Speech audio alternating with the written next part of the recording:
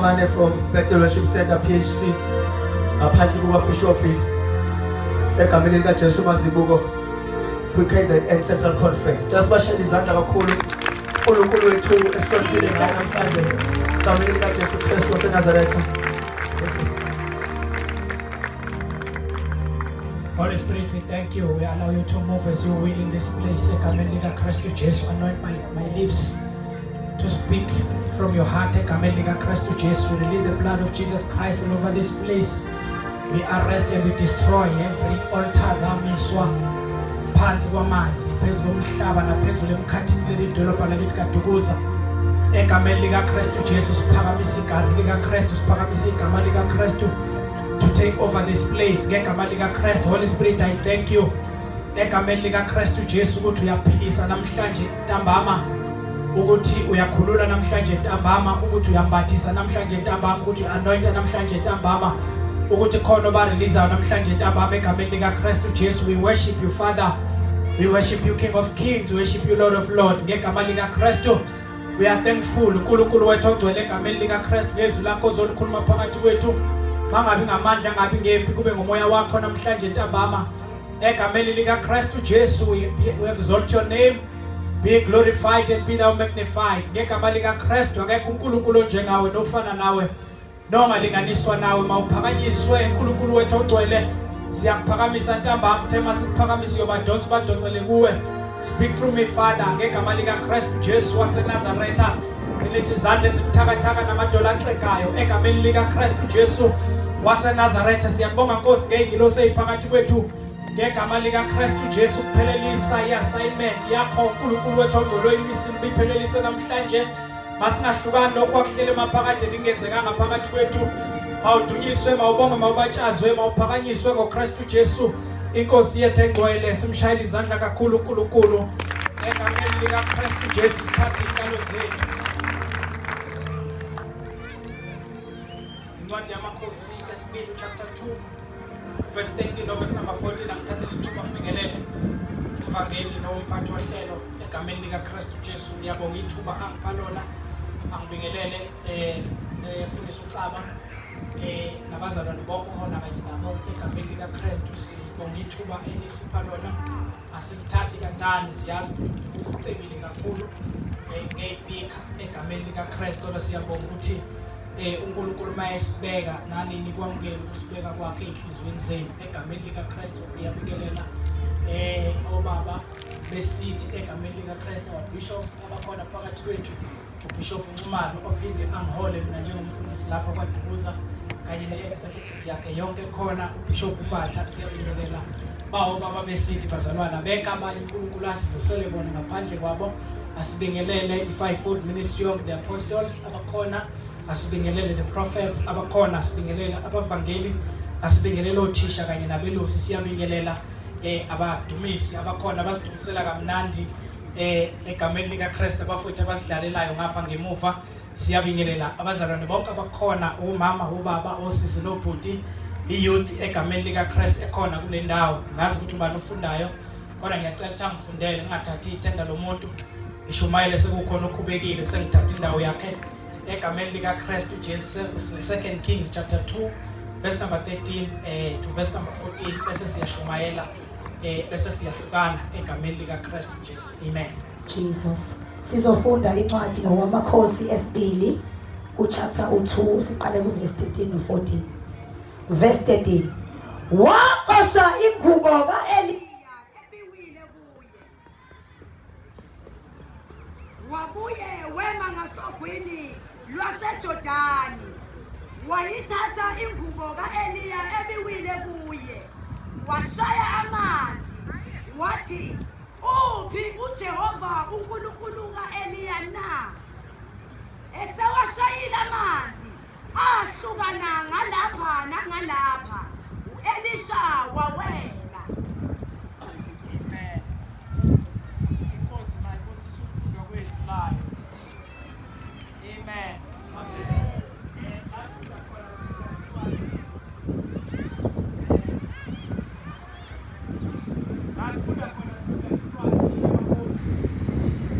Incwadi yamakhosi, incwadi yomlando number 1 number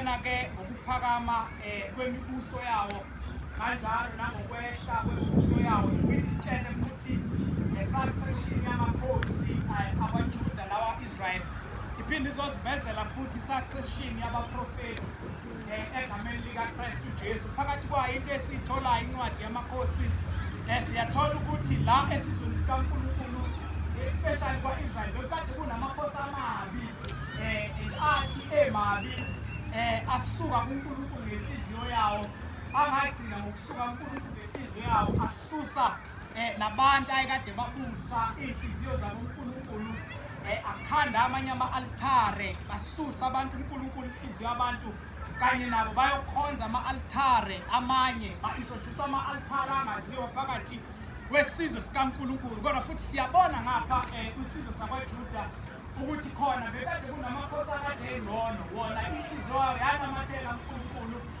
aphinde futhi nabantu abahola abadonsela uNkulunkulu ngakho-ke sibona bazalwane amandla amangalisayo ombuso wesitha bazalwane umelana namakhosi akwaJuda kanjalo nesizwe sikaNkulunkulu Israel kodwa futhi sibona uNkulunkulu kuyo le ncwadi bazalwane naye phakama ngamandla amakhulu eziveza ukuthi uNkulunkulu sishumayela nje ngaphansi kwesihloko njengoba itheme ithi kuphakama abantu abasha bakhela isithi ngifisa ukushumayela ngaphansi kwesihloko esifushane esithi pick up your mantle and stop the flow egameni likaKristu Jesu waseNazaretha ngoba makuphakama abantu abasha definitely kule flow that must stop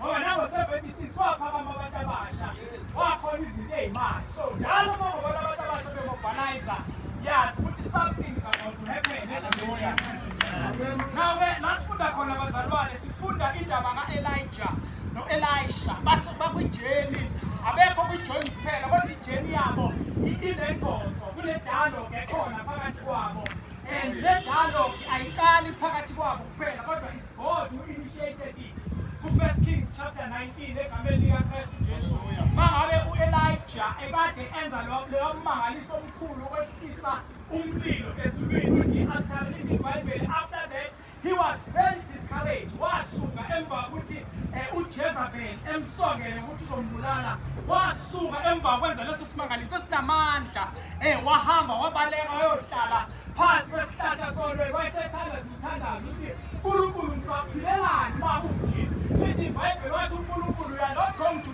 die yet until ugobe laba abantu abathathu ugobe uJehu ugobe noHezekiya bese ugoba no-Elisha will success you lithi ke bazalwane iBhayibheli uNkulunkulu wamphekela ukudla lapho ngengilozi wamenzela amaqebelo anawu-2 lithi iBhayibheli wahamba wadla namaqebelo anawu-2 waphuza amanzi wahamba for 40 days and 40 nights ngoba uNkulunkulu uyazi how to sustain you egameni likaKristu Jesu waseNazaretha lithi ke bazalwane iBhayibheli wayesethi uNkulunkulu emva ka-40 days wathi uNkulunkulu emva ka-40 days akabuyeleke ehlane laseDamaseko lithi iBhayibheli wadabula ehlane laseDamaseko mayiqeda ukudabula lapho lithi iBhayibheli wafica u-Elisha elima ngey'nkabi ezaziyipani eziwu-12 lithi iBhayibheli wayegade isipani se-12 isona aye-in charge of isona lithi ke bazalwane iBhayibheli wamshaya ngemehlweni u-Elisha lithi iBhayibheli u-Elisha waqonda ukuthi isikhathi sokulima ngey'nkabi sesiphelile manje lithi iBhayibheli walandela u-Elisha lithi iBhayibheli wayesethi u-Elisha ngicela uyokuvalelisa kumama nobaba lithi iBhayibheli wathi u-Elijah-ke wamvumela ukuthi ayovalelisa lithi ekuvaleliseni kwakhe wafika lapho bazalwane wahlaba iy'nkaba ayekade elima ngazo waphula amajokazo wapheka inyama ngoba abantu abasha ngifisa ukusho ukuthi siyavalelisa ey'ntweni esikade sibanjwe kuzo asithathi uJesu nje kuphela siqhube konke kodwa siyavalelisa uma kukhona into uNkulunkulu angayenza ngathi siyavalelisa ey'ntweni esikade sibanjwe kuzo asikwazi ukukuhlanganisa kokubili bese sitawuthi wabona amandla kaNkulunkulu egobhoza uma nje uthatha isinqumo sokuhamba noJesu kunezinto ekufanele uvalelise kuzo awuvalelisi nje kuphela but uyayibhena uyayishisa into ekade ikubambile lithi iBhayibheli waphula amajoka akubidi nopho waphula konke akade lima ngakho. Lithi iBhayibheli wakushisa wapheka iy'nkaba wayihlaba. Wathi abantu abandinyaka enzela ukuthi noma wathi ijeni iyashisa. Kodwa angabi nayo into angabulela kuyo. Ngoba iy'nkaba akade lima ngazo seyibulela. Haleluya. Haleluya. Lithi iBhayibheli basuka eGilgali. Naye iGilgali nje futhi enye indawo kwenzeka into emangalisayo. Ngoba yila abantwana bakwa-Israyeli bakhe bakhona. Lithi iBhayibheli amadoda ayekade elwimi kwa-Israyeli ayesefile afele ehlale for 40 years. Lithi iBhayibheli uNkulunkulu watshela uJoshua wathi khanda immese ngetshe nenze ngetshe ubalokhuze laba ubajwabe laba. Lithi iBhayibheli ukuze abaprepare ukuthi bangene empini. Ngoba asingene empini ngaphandle kwecovenant. Uma sizongena empini sidinga igazi likaJesu Kristu. Lithi iBhayibheli uJoshua wenza immese wabajwaba labafana abasebephila ngoba oyise basebefile. Bengasekho bengasakwazi ukuqhubeka nejeni uNkulunkulu ayekade bathembise yona waqamba igama lokuthi le ndaba bekuyo iGilgali. Lithi iBhayibheli bahlala lapho baze baphola. Nansi enye futhi ekufuneka sibambe abantu abasha ukuthi kukhona isikhathi noma sisensimini nakufanele khona masilimele sihlale phansi. Sihlale phansi size siphole. Ngoba asikwazi ukwenza konke kanye kanye. Asikwazi ukunesa ukulimala ngapha singese lesicelo sikaNkulunkulu ngapha. Lithi iBhayibheli bahlala phansi baze baphola. Lithi iBhayibheli bathi bangaphola wayesethi uJoshua ke uNkulunkulu uJoshua wathi manje ngilisusiwe ihlazo leni laseGibhithe. Kodwa kade baphuma eGibhithe. Kodwa ila uNkulunkulu esusa ihlazo labo laseGibhithe. Kodwa ususa manje ngokuthi asusite ebikubo. Haleluya. Asusite ebikubo. Ebingenasizo. Haleluya. Ekwakumhlungu ukuthi ayisuse. Kodwa smart ezibikubo bingenasizo. And bizokwenza bangakwazi ukuyerita lokho uNkulunkulu abamisele kona. Hayi noma khona umuntu othi nginento kimi. Engidinga uNkulunkulu ayisuse. Lithi iBhayibheli uJoshua wabajwaba lapha. Lithi iBhayibheli emva kokuthi bajwabile bagubha iphasika ngalobo busuku eGilgali. Bese lithi iBhayibheli imana yanqamuka. Haleluya. Baqala badla kweyitheno zezwe lesethembiso. Ngoba noma uNkulunkulu akakusustain ameqeda ukukhipha ezonweni. Kodwa ngeke uphile ngemana kuze kube phakathi. Kukhona isikhathi la kufanele ufike khona udle iy'thembiso zalokho uNkulunkulu akuthembise khona. Ngoba imali yokusustain uma udlula edesert noma uma udlula endaweni la ungakwazi ukutshala nokuvuna khona. Kodwa khona isikhathi la kuzofanele khona njengomuntu omusha ufunda ukutshala udle amafruit alokho okutshalile ey'thembisa uNkulunkulu akuthembise zona. iBhayibheli basuke eGilgali behlele eBhetheli. Uthi ke u-Elisha mayekhuluma no-Eliya wena Eliya eshasala ngoba uNkulunkulu ngithumile eBhetheli. Nalapha eBhetheli nje futhi indawo yesimanga lapha. Ngoba masifuna uGenesis 28 ithi iBhayibheli ila khona uJakobe afika khona eKhatheli. Is a place of rest bazalwane iBhetheli. Wafika eKhatheli washonelwa ilanga wathatha itshe. Kanti akazi ukuthi uthatha itshe le-althare lamiso uyise kuGenesis chapter 12 verse number 8. Ngoba naku le-althare lamiso u-Abraham uyise omkhulu kaJakobe walala kulona wathi melela kulona lavele lamkhonekta lelitshe. Lithi iBhayibheli wathi mayelala evala amehlo enyama amehlo kamavuleka. Lithi iBhayibheli wabona isikhwelo sihlome phansi sibheke ezulwini. Lithi iBhayibheli iy'ngilosi zikaNkulunkulu zehla ngoba eBhetheli indawo ye-revelation. Hallelujah. And it's a place of discovery. Yila khona uNkulunkulu emtshela ngedestiny yakhe ethi leli izolele kulo. Kodwa uJakobe uphethe udondolo nje. Uphethe nesibusiso asithathe kumfowabo. Uphethe nesibusiso lesi sobuzibula sithathe kumfowabo nesibusiso esikhulunywa uyise. Uphethe into ey'ntathu. But wahlangana ne-revelation.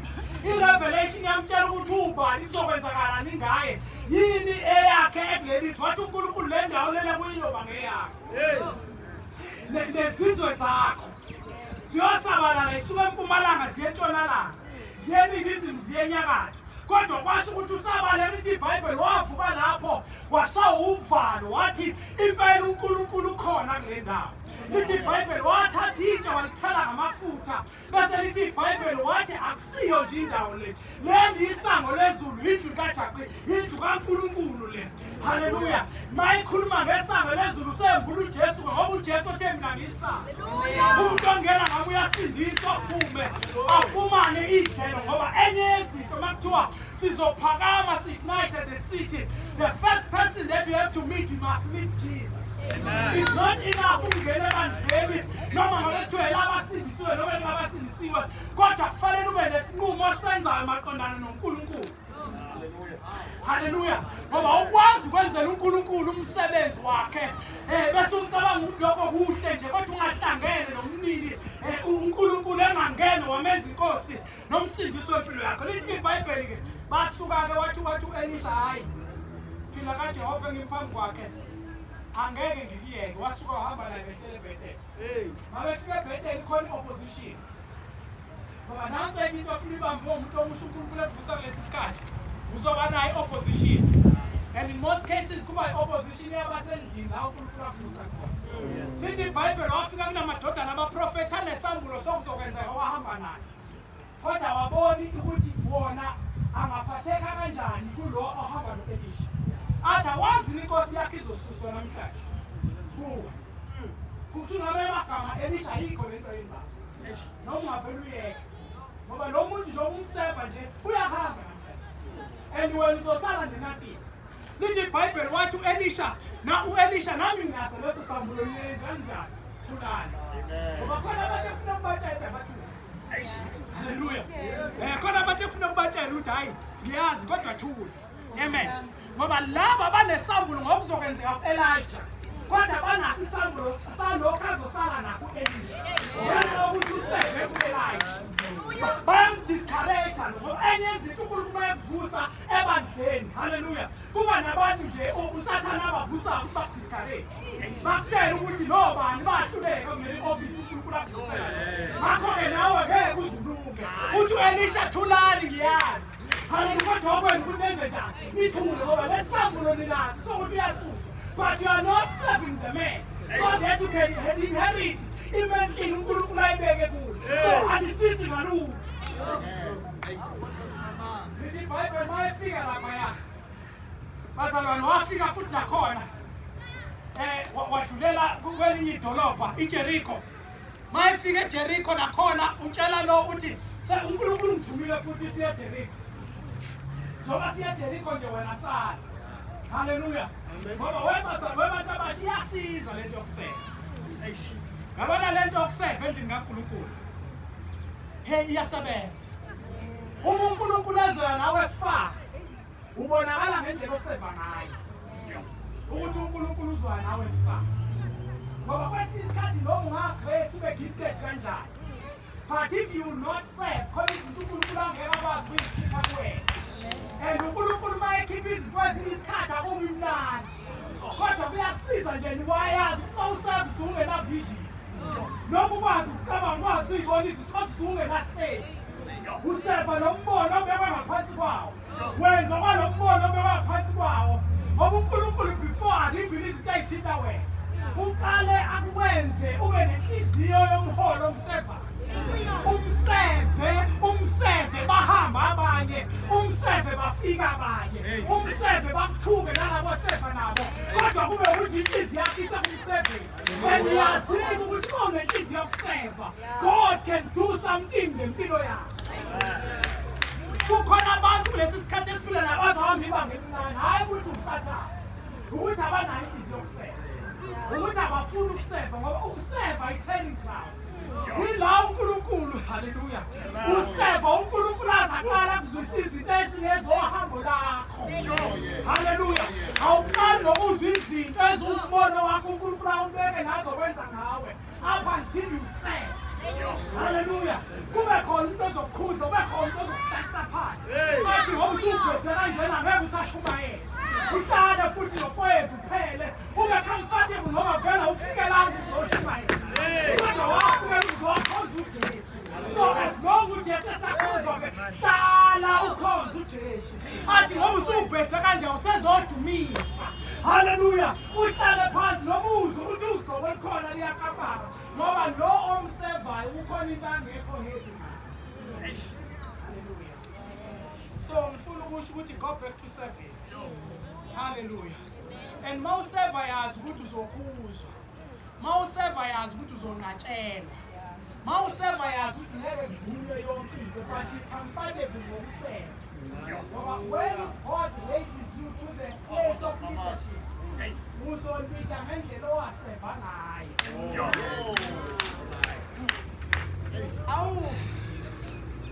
When God raises you to the place of leadership, uzolida ngendlela owaseva ngayo.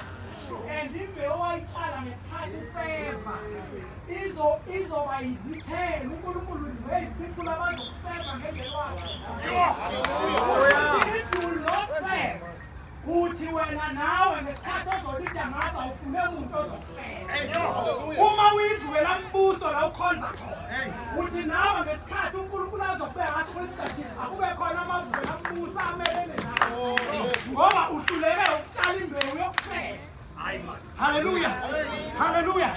And la uElisha ulandela uElijah nje. Indawo yale ndoda eyathatha izipho kuNahamani. Yangena umkhokho. Hallelujah. uElisha kuyi-supplement. Akuyona yakhe le nto azoyithola. Kodwa yinto ikhumbuzele le ndoda abafunde eBhayibhelini. Ikhumbuzele le ndoda le. Ihamba yathatha izipho lapha kuNahamani. Ngesikhathi uElijah eqeda ukuphilisa uNahamani ongathatha lutho. Le ndoda yahamba yothatha izinto uNkulunkulu wayishaya ngothola. Akusiyo into yakhe le. Ngoba lo ube nenhliziyo engaphandle wathatha izinto okungakafanele. Waseva iyasifunda khona uyoshumayela sikwele vulapho. Engenalutho noNkosi ibusise kuphela. Siba comfortable ngoba sisabuild igama, sisabuild character. Akukabi nandaba ukuthi sibuye envelope noma sibuye nobani. Sisamngenisa ukuthi kuthiwa inkosi ibusise. And uyazi ukuthi when your gift is sharp, uNkulunkulu is raising you up. Hallelujah.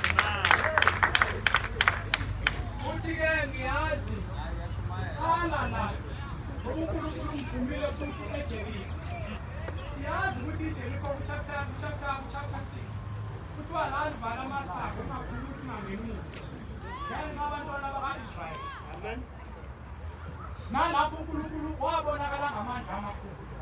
Wabanika spiritual strategy. Ikhali zikhona namabutho benawo. Bewanqobile wonke amanye amakhosi. uNkulunkulu wathi this time angizuku. Mina ngazi usaveya owasaveya lezindoda. Ngazi architect eyidwebayo. Yimina engenza ukuthi idwebe yehlise ngamamilimitha lokuzananga. Niyazi ukuthi at your rounding lezinto bayizona. Lithi iBhayibheli babonakala ngosuku lokuqala bezungeza. Hallelujah, bethule bezungeza. Babuyela enkambeni nangosuku lesibili bazungeza. Ngoba kwesinye isikhathi iministry yakho ukuthi wazi uNkulunkulu ugcobile uzokusebenzisa kodwa kube khona ukuzungeza. Kodwa iba comfortable ngokuzungeza ngoba ibayinkosi. Hallelujah. Ungafuni ukuphuma isikhathi sakho singakashayi. Ngoba uma uphuma isikhathi sakho singakashayi you die before your time. Egameni likaKristu bazungeza ngosuku lokuqala baze bashaya lwesithupha. Ngoba ngiyimagine ukuthi makuthiwa wawuzungeza kwaDukuza. Uzungeza iBhayibheli. Uzungeza ishaka. Ngosuku lesikhombisa usazoqeda lapho eKhamluka. Lithi iBhayibheli bakhamluka uNkulunkulu wawisa ini izindoda bangena bathatha isithi. And siyathola kuMark chapter 10 verse 45 ila wakhona kaliphuphuthu uBhartimeyu. uJesu wathi kumdala uNkulunkulu mayebheka leJeriko kunemiracle ajabula ngayo eJeriko. Wathi mayiphuma khona impumputhu yaJesu ndodana kaDavidi hawukela. Lithi-ke bazalwane iBhayibheli uJesu wama ngokumemeza kwale mpumputhu kwam-arrest uJesu. Lithi iBhayibheli wathi ufuna ngikwenzeleni mbizeni. Lithi iBhayibheli yachuma yaya kuye. Yaya kuye uJesu engakaboni emehlweni. Ukuthi umbona kanjani uJesu engakavula amehlo yalahla ingubo yaya kuJesu. Hallelujah. Ngoba make wakubiza noma unyama amehlo engakavuleki. Uma nje kuvulekanga amoya uyakwazi ukubona uJesu ukuthi ungapha. Lithi iBhayibheli uyathi mayifika impumputhu phambi kwakhe wathi ufuna ukuba ngikwenzeleni. Yathi impumputhu ukuba ngibone. Lithi iBhayibheli wathi uJesu-ke ukukholwa kwakho kukusindisile. Ngoba nansi into esiyidingayo masifika endaweni la ukufumana izwi, ukwamukela izwi. We need to take the word in as much as we can so that the word can build our faith. Ngoba iBhayibheli lithi ukukholwa kuyavela ngokuzwa izwi likaKristu. Siphile ekhathini la kushunyelwa khona kakhulu. Hallelujah. Sishunyezwa ngesiGriki nangesiHebheru, kodwa ukukholwa kithi kuncane ngoba singabantu abangekho serious ngokunaka ukukhuluma kwezwi. Singabantu abangekho serious ngokunaka ukukhuluma kaNkulunkulu egameni likaKristu Jesu. Kodwa if we are going to rise up and ignite the city, we must pay attention to the scriptures. Must pay attention to the scriptures. Must pay attention to the scriptures. Nakhona la eJericho wafika amadodana abaprofeti afana nayo Elisha. Athi uyazi ukuthi inkosi yakho namhlanje izosuswa kuwe. Wathi Elisha, shut up. Thulani, ngiyazi. Ngiyilandela nje ngoba ngiyazi ukuthi sengibone enye into mina ngingakayiboni. Wasuka lapho Elisha wathi Eliya wathi Elisha, salala ngoba mina ngiyahamba manje, uNkulunkulu ungithumele kwiRiver Jordan. Nakhona la iRiver Jordan inezimangaliso zakhona. Kwathi uIsrael sefukwena, wathi uNkulunkulu uJoshua akathathe abapristi abayishumi bayonyathela amanzi nje kuphela. iJordan lingenisa ligeleza.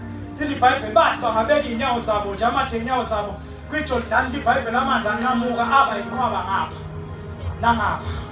uNkulunkulu wasuspenda iflow yomfula. Ikhona futhi la abazalwane eJordan la kwabhabhathiswa khona uJesu. Masifunda incwadi kaMatthew chapter 3.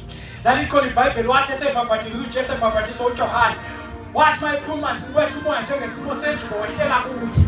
Kwase kuzwakala izwi lithi lo indodana yami ethandekile nemthokozele ngayo izweni. So lezi indawo zontathu ayihambile uElijah noElisha, indawo la uNkulunkulu eke wadabula khona. Ngoba uNkulunkulu sekunento afuna ukuyirelease from Elijah to Elisha. Ngoba uNkulunkulu will take you to the journey with your spiritual leaders egameni likaKristu Jesu. Okwakho kuba courageous enough ukulandela. Awuthi umakhelwane uthi landela. Ukuba courageous enough ukulandela. Kuthiwa kuyo emlindelweni ulandele. Kuthiwa kuyo open air ulandele. Kuthiwa kuyo emthandazweni ulandele. Kuthiwa kuyo kwi-fasting and prayer ulandele. Kuthiwa is giving time ulandele. Kuthiwa is appreciation time ulandele. Kuthiwa sinikela ishumi ulandele. Kuthiwa senza ama-pledge ulandele. You will not receive a message.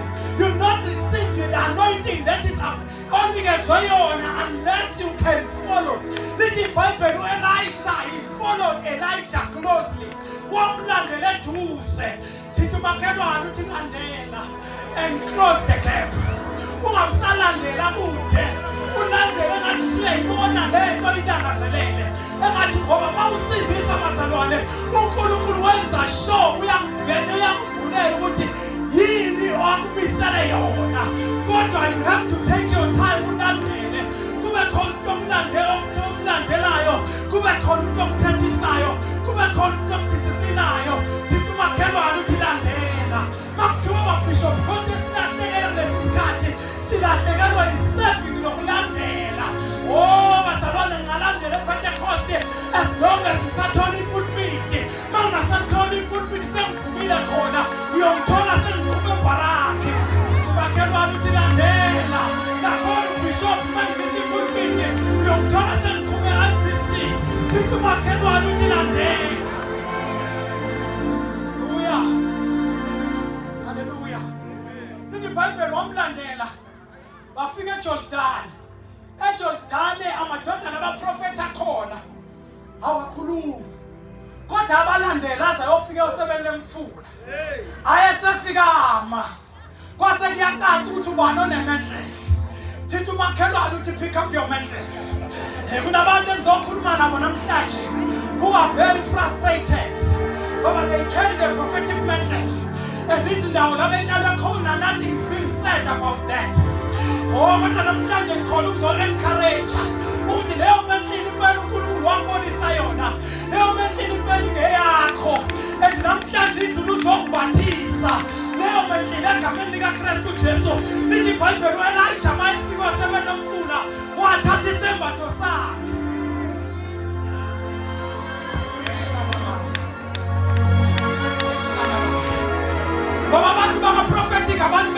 batho bazalwane.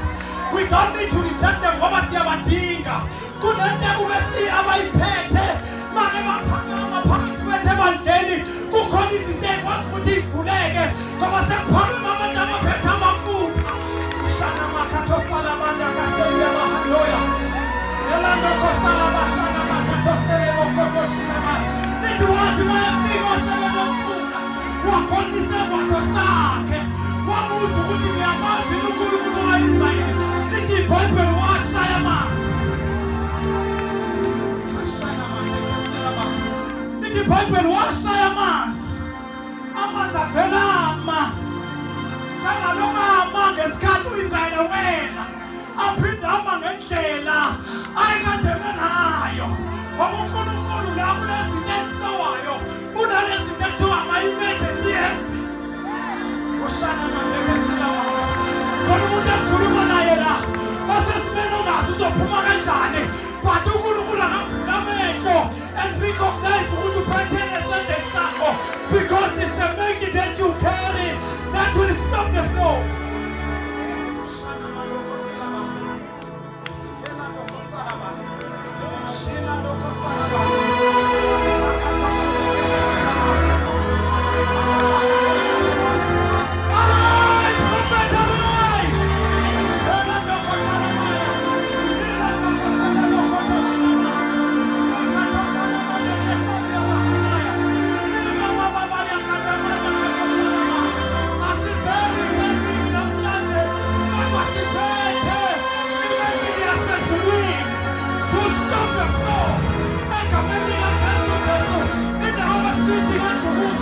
We are here to declare, oh, the flow shall stop.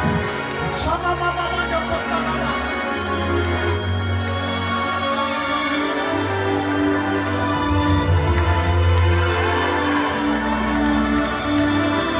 We are igniting the city. We shall stop the flow. Let Kabaliga bless to Jesus was a Nazareth.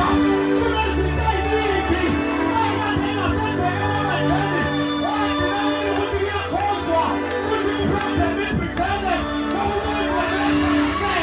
We are here to stop the flow.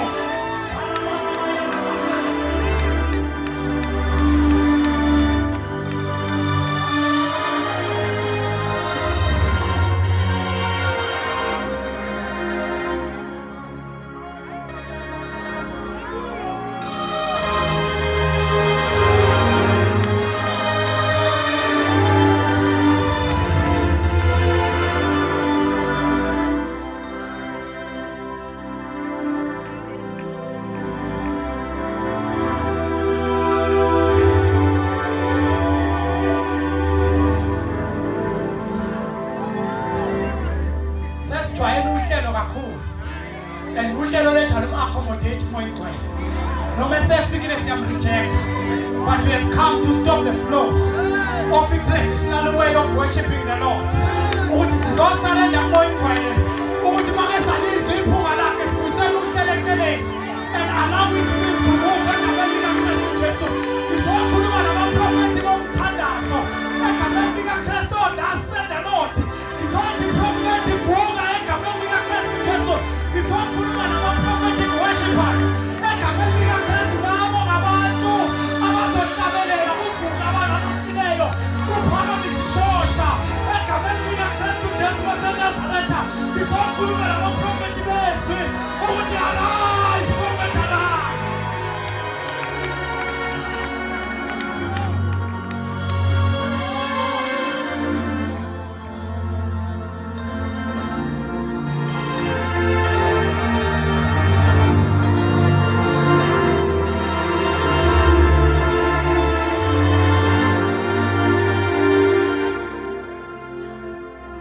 Isenzo chapter 13.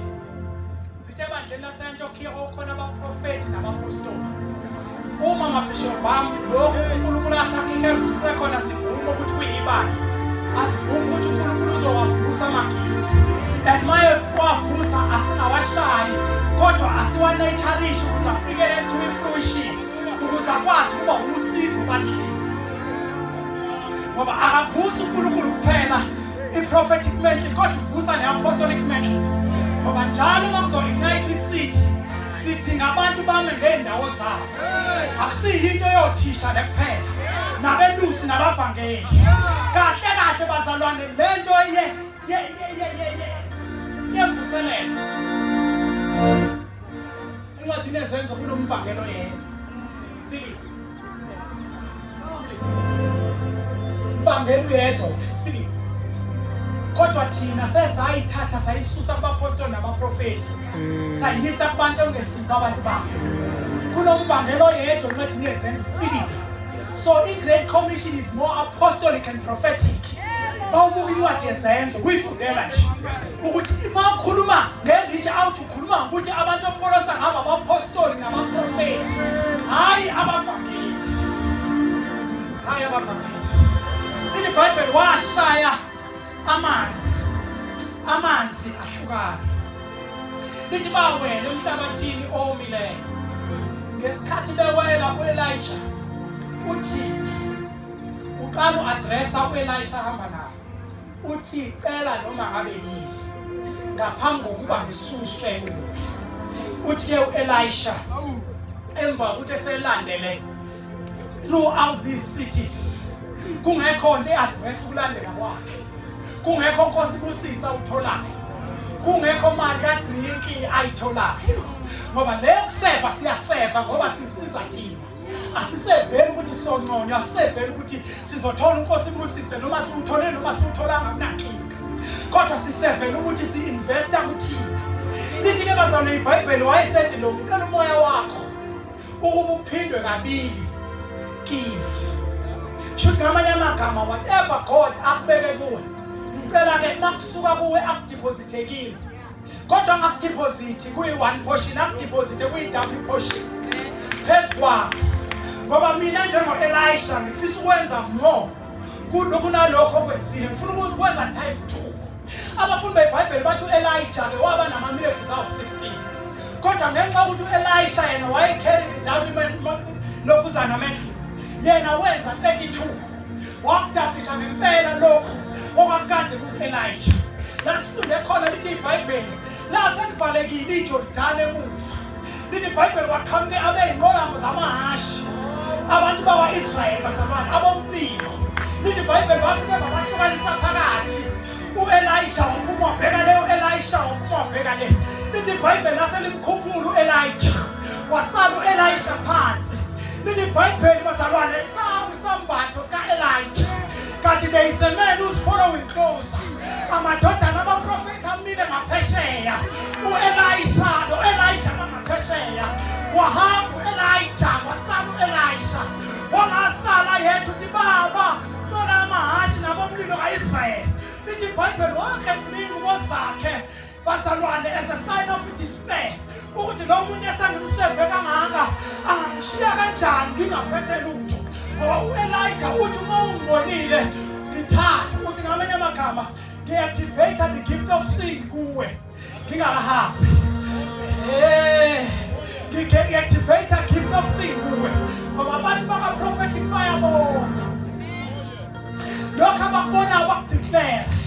Abanye babona ngamaphupho, abanye babona ngembono. Joel 2:28 ngey'nsuku zokugcina ngiyothulula umoya wakho phezu kwayo yonke inyama. Amadodana namadodakazi enu ayakuprofetha. This is the season of profeta. Kodwa sidinga rightful people who have been given the mission to do such a job egameni likaKristu Jesu. Uthi abadala benu bayobona imbono, iy'nsizwa zenu ziphuma amaphupho. Sidinga abantu rightful people abazoma in their position. Egameni likaKristu bembethe isambatho esifaneleyo. Singadideki sithuke namaphupho ekhona without correct interpretation. Sithuke namavision ekhona without prophetic introduction. Sithuke neprophecy khona.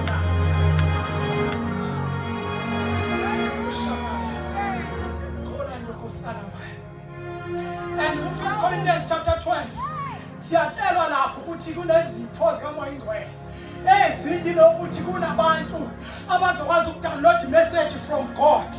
Balethe interpretation ukuthi uPaul Paul okhuluma ngempilo makakhuleke ntakwazi kuyihumusha ngoba khona ezokudumisa kukhona ezokuthandaza bese kuba khona ezimessage shama katosana bayi uma ke kwazi wafikeza imessage kusuke sekusho ukuthi uNkulunkulu useqedile noma sesingayivali inkonzo sigoduke kodwa manje ngenxa sibambithile laba bantu uNkulunkulu asebenza ngabo sikina sihamba ngengondo noma uNkulunkulu esekhulumile kunoda sende Lord namhlanje engizoma encourage ukuthi weprofeti arise khona lakho la ukhona usathana unamanga methi wenziwa ufuna ngazi shumayele usazophakama kulelo khona and declare the victories of the Lord usazophinda uthatha umbhobho udumise kuphakama abayizishosha kuphila abagulayo kukhululeka ababoshiweyo egameni likaKristu Jesu usazobamba umbhobho izoni size kuNkulunkulu arise kulelo khona lakho ngegama likaKristu Jesu waseNazaretha.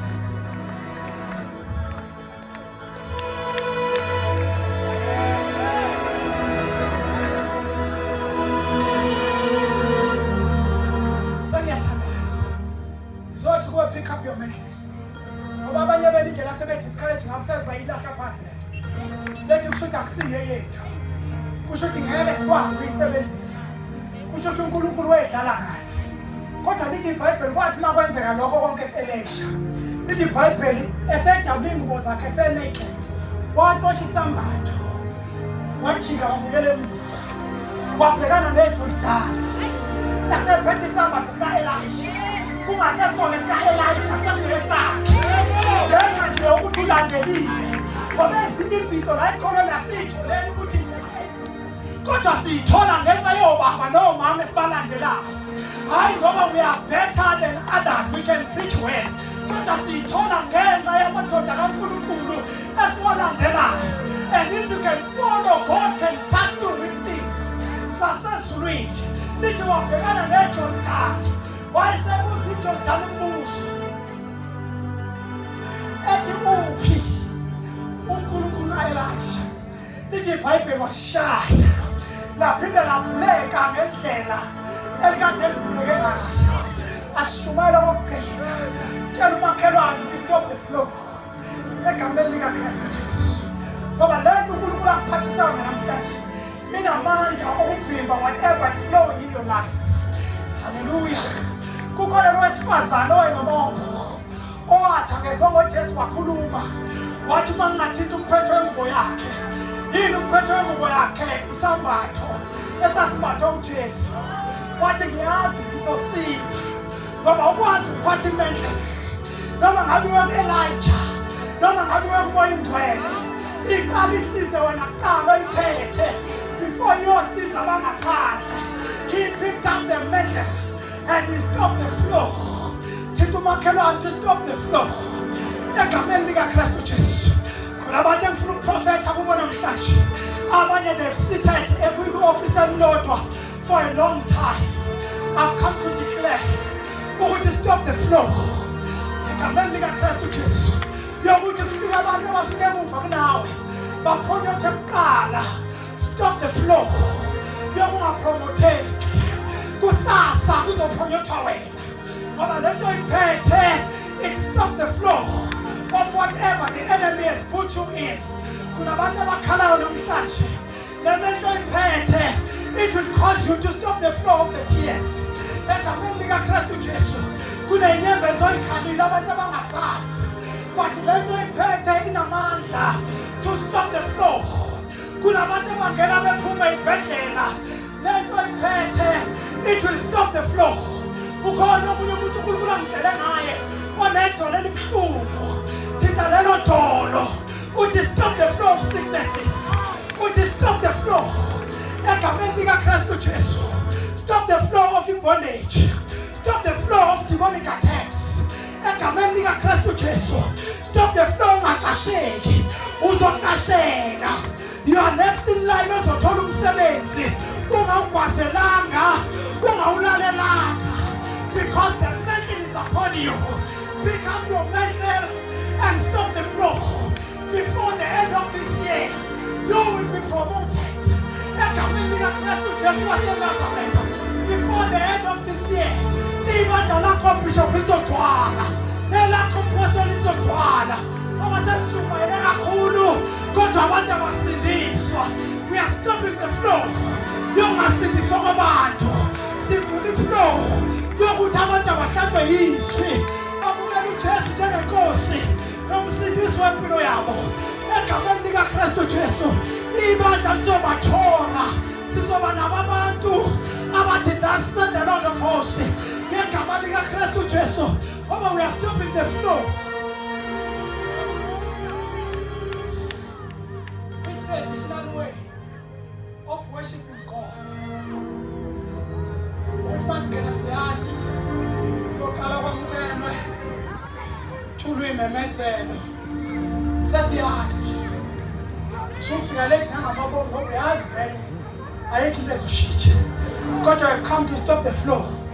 Who calls a tradition? A city side, a seat. If we come on to let go. Kanti uNkulunkulu usebenzisa abantu abazothi leli fesizwa namhlanje lehealing, leli fesizwa le breakthrough, leli fesizwa le salvation. Iyakuyenzeka lento kwizenzo chapter 2. Leli labapostoli. Kwelifu landikeza lapho imention aba 128. Kodwa mase beinterpretive beinterpretela ngaphandle wathi kwa ngaphandle ufuna ukusindiswa. Kwa Edward 3000 ebandleni. Entumayele yodwa engaprepare nginamanothi enginascript enginashepe. Thina prepare kakhulu kodwa we don't allow him to move. Uma sesivizitile wasuka umphethu wathi lokho ngibona kwenzeka. Kwamenyezelwa ngoprofeti uJoel. Wayesethi lento ingeye nabantwana be nabo bonke abakude inkosi yabantwana belethu bathi madoda bazalwa baba seleke. They've come to stop the flow. Egameni likaKristu Jesu. While we are igniting the city. Lithi iBhayibheli wathi bayifika ngaphesheya. Amadodana abaprofeti akade mbukela wena yedwa. Abawaphansi. Athi nampela uDokotela Elijah. Uhleli phezu kwakhe. Ayisekhuluma umbhedo kade asambe somfuna amfuna for 3 days. Wavumela. Wabuyela eJerikho. Ayefika eJerikho kuJoshua waqalekisa iJerikho. Isikhathi eqeda ukudeleza. Wadinga ukuthi arivese isiqale senze uJoshua. Egameni likaKristu Jesu. Ngoba amadoda asukuma bothi nangu umntwana wethu. Nangu umntwana wethu. Athi siza sokusihle. Nkosi yami. Kodwa izwi lakhona le-unfruitful. Namanzi akhona ayabhulumisa. Kusho ukuthi kune-miscarriage. Wathi lethani ibhola elisha. This second miracle. Lifake ngesawuthi. Wahamba waya kwisource. Ngoba mawuphethe imenhlini ukwazi ukuya kwisource. Uyo-reverse izinto from the source. Wafika la kuqala khona umthombo. Wathela usawuthi. Wayithi kusuka namhlanje. There shall be no miscarriage among you. Akekho umuntu ozoba ne-miscarriage. Akekho umuntu ozoba ne-failure at the edge of breakthrough. Sizongabi nabo abantu abathi cishe kwanuka. Cishe ngaphonyothwa. Cishe ngayithola ithenda. Cishe into zami zafuneka. Uthi sewusondela isithi asikhambe esiyishwitha. Wathi kusuka namhlanje ngelaphile lamanzi. Wathi akusobuye kube khona ungatheli. Ngoba thina njengeNkulunkulu we want to be fruitful and increase and multiply and subdue the earth. You shall be fruitful. There shall be no miscarriages among you. Egameni likaKristu Jesu waseNazaretha. Bawufikela ustruggle uthola umntwana emshadweni wakho. Ngicela uprofeta phezu kwakho ukuthi whatever there has been causing you a miscarriage, you shall conceive and conceive to full term. In the mighty name of Jesus Christ of Nazareth. Now, spiritually, you shall carry that thing until you deliver. In the mighty name of Jesus Christ of Nazareth.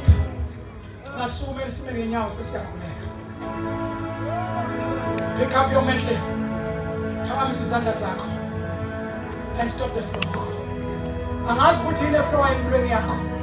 I'm not having no big carriages as a Chicago mama. No matter carriages as a car, Collins just was with me. I've come to declare this Legos.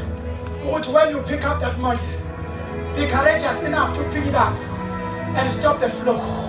But Mama, you pick up and then the flow shall stop.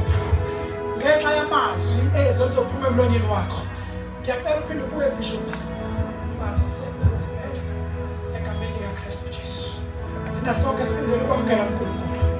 egameni likaKristu. Abanye izambatho zabo ziyafika, abanye bazulala namhlanje ebusuku egameni likaKristu. Izulu lizokuvizitha lingakapheli leli viki.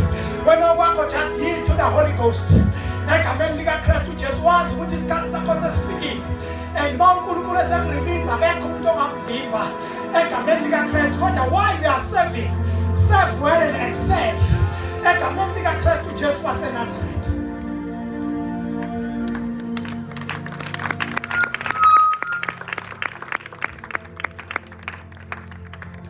Oh, thank you, Jesus. Thank you, Lord. I guess perhaps the Lenkosi yethu izandla. Oh, hallelujah, hallelujah.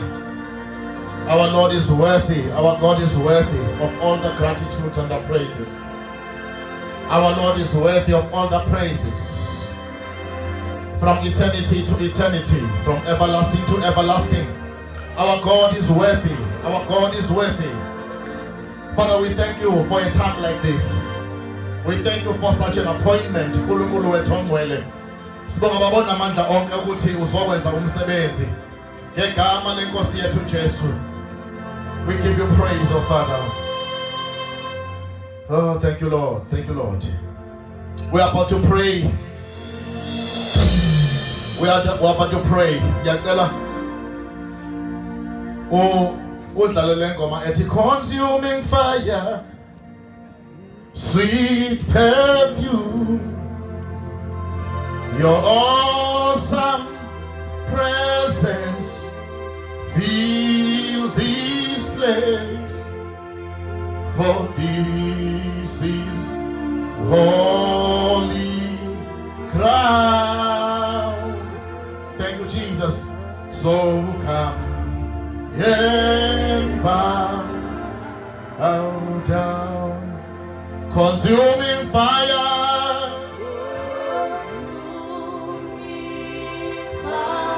You are the sweet perfume, your awesome presence. It fills this place. This is holy ground. Holy ground. So come and bow down. So come and bow down. Yes, cutting with the one is on Nyaga. I remember Bishop Mazibuko Eshumayela. uNkulunkulu wakhuluma about the oil, wakhuluma about raising the prophetic mantle emabandleni. Hallelujah. And I believe ukuthi kubantu abasha abakhona la ukhulume kakhulu prophetic about the prophetic mantle. I believe kubantu abasha abakhona la kukhona labo uNkulunkulu abeke kubona this mantle. uNkulunkulu la khona reveal khona izinto. I wish those people to come and we would love to pray with them. Those people who believes and feels ukuthi uNkulunkulu is calling them into the prophetic office, is calling them, because this is the time. Akukwazi ukuthi lo nyaka uphele uNkulunkulu engayikhumisile lento asekhulume ngayo eyiphinda. Just come and stand. Mugibela nje la yazi ukuthi uyagibela on the holy ground and we are going to pray. Bese siyavala. Hallelujah. This is holy ground. This is holy ground.